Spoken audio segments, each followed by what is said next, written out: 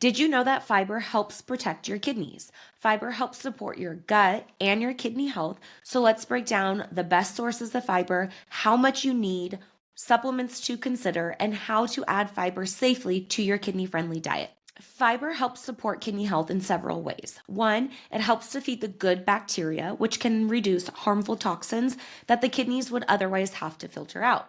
Fiber also slows digestion of food. It helps prevent blood sugar spikes, which of course can contribute to damage to the kidneys, especially diabetes related chronic kidney disease.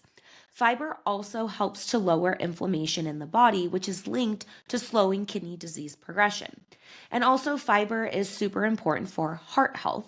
Kidneys and heart health are very closely related, and fiber's role in lowering cholesterol and improving blood vessel health benefits both your heart and your kidneys. So, by adding more fiber rich, kidney friendly foods to your diet, you're giving your kidneys extra support while improving your overall health. But did you know that most people with kidney disease don't get enough fiber in their diet?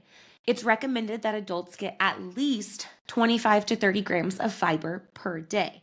The average fiber intake for someone with chronic kidney disease is usually only 11 to 16 grams of fiber per day.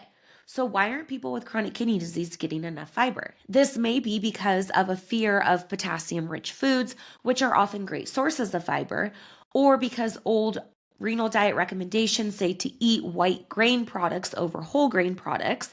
By the way, those are old, outdated recommendations and not recommended anymore. Another reason is because people with kidney disease are often on restrictive diets or they're fearful of eating many foods. Regardless, there are many kidney friendly fiber sources for people with chronic kidney disease. So let's dive into that. First of all, very basic, fiber is a type of carbohydrate that the body can't fully digest. Even though fiber isn't fully digested and absorbed by the body like other nutrients, it plays a really crucial role in overall health, which I already mentioned all those reasons why.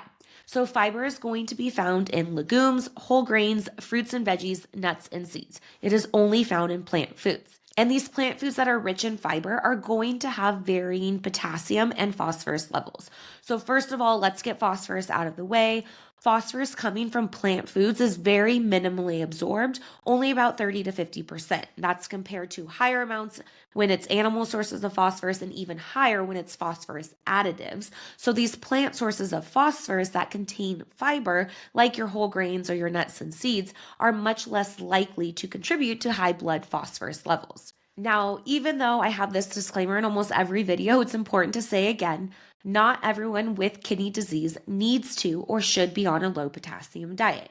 And a low potassium diet does not mean no potassium or even as low potassium as possible. It's typically about 2,000 to 3,000 milligrams of potassium per day.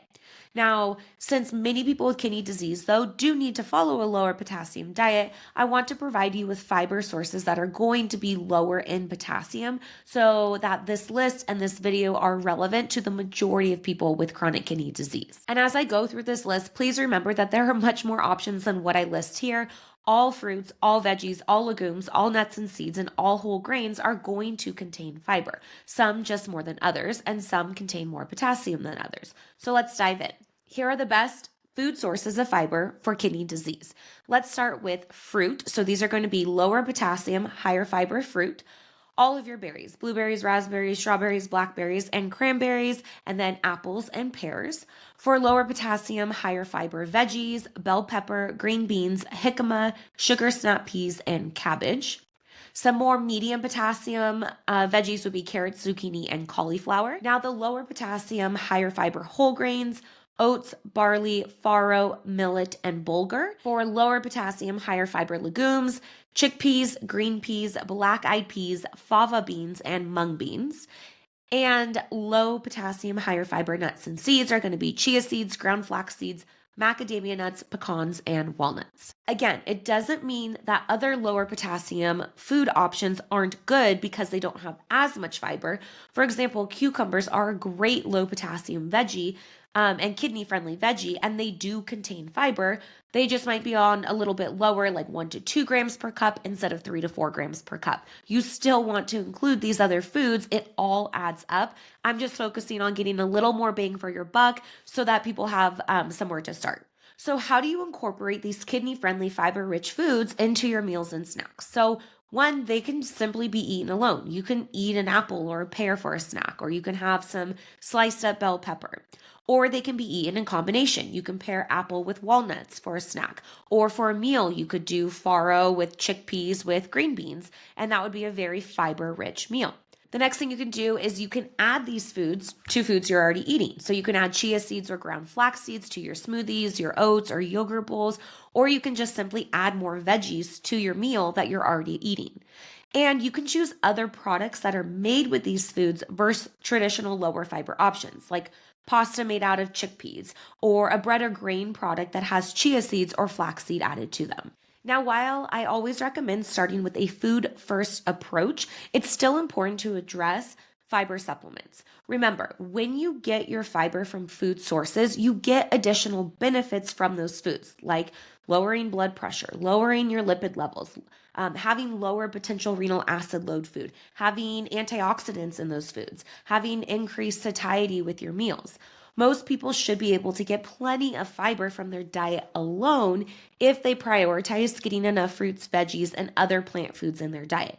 For example, if you had 1 cup of berries a day, frozen or fresh, that's around 5 or more grams of fiber. If you had 1 apple or 1 pear, that's going to add another 3 to 5 grams of fiber. If you had a half a cup of some sort of bean or lentil, another 7 to 8 grams of fiber. You add 1 tablespoon of chia seeds to, a smoothie or your oatmeal, that's 3 more grams of fiber.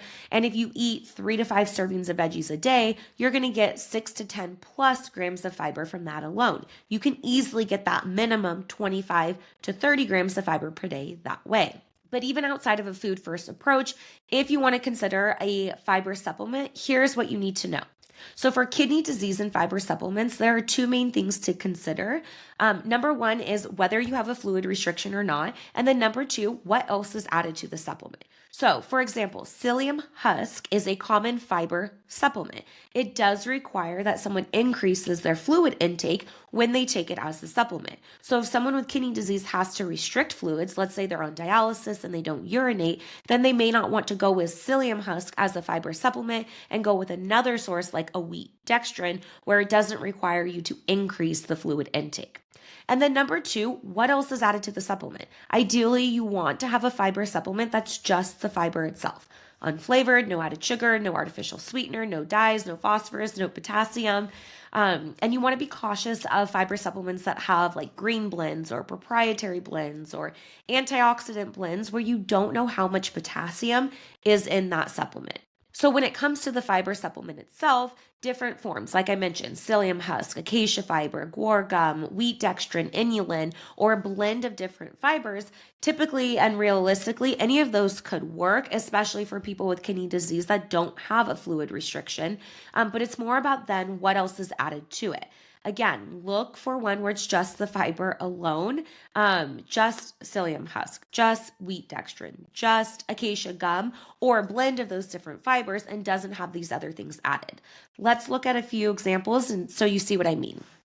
So if we look at this first example, the top one has in the ingredients psyllium husk, maltodextrin, citric acid, natural and artificial orange flavor, aspartame, and yellow dye number 6. Compared to the bottom one, the ingredients is just psyllium husk powder coming from the husk and the seed. So this bottom one would be a better option because it doesn't have artificial sweetener or dyes or other things added to it. Now with this second example, this is the same brand, but a different form of supplement. So this top one is a chewable tablet of a fiber supplement, and the bottom one is a powder unflavored one. So you see on the bottom, it's just wheat dextrin. That's it. That's all it is. Nothing else is added to it.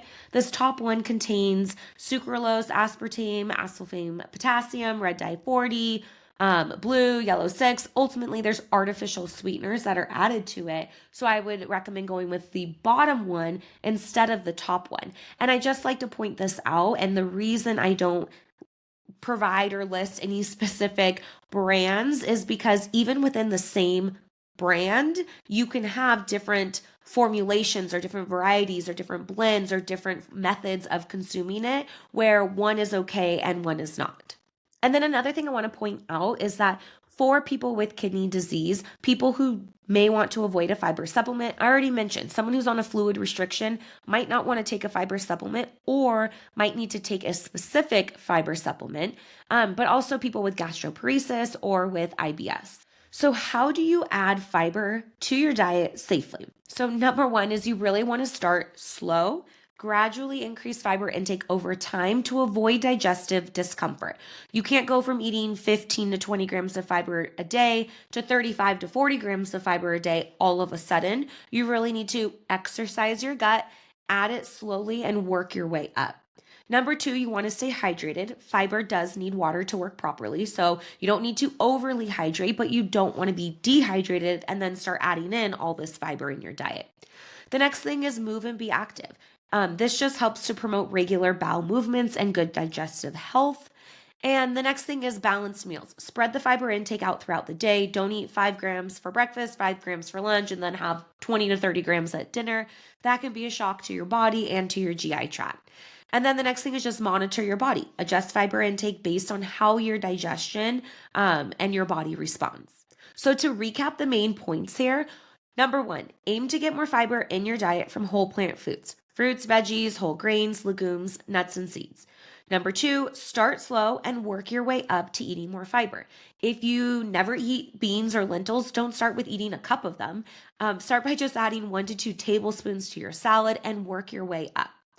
Number three, if you're not able to get enough from your diet, then you may want to consider a fiber supplement, but make sure you take one that's just a plain Jane, unflavored, no artificial sweetener, no FOS additives, etc. I really encourage you guys to try adding more fiber to your favorite kidney-friendly meals with the tips that I provided in this video. And if you found this helpful, please like, share, subscribe to Eat for Your Kidneys for more renal diet and nutrition information.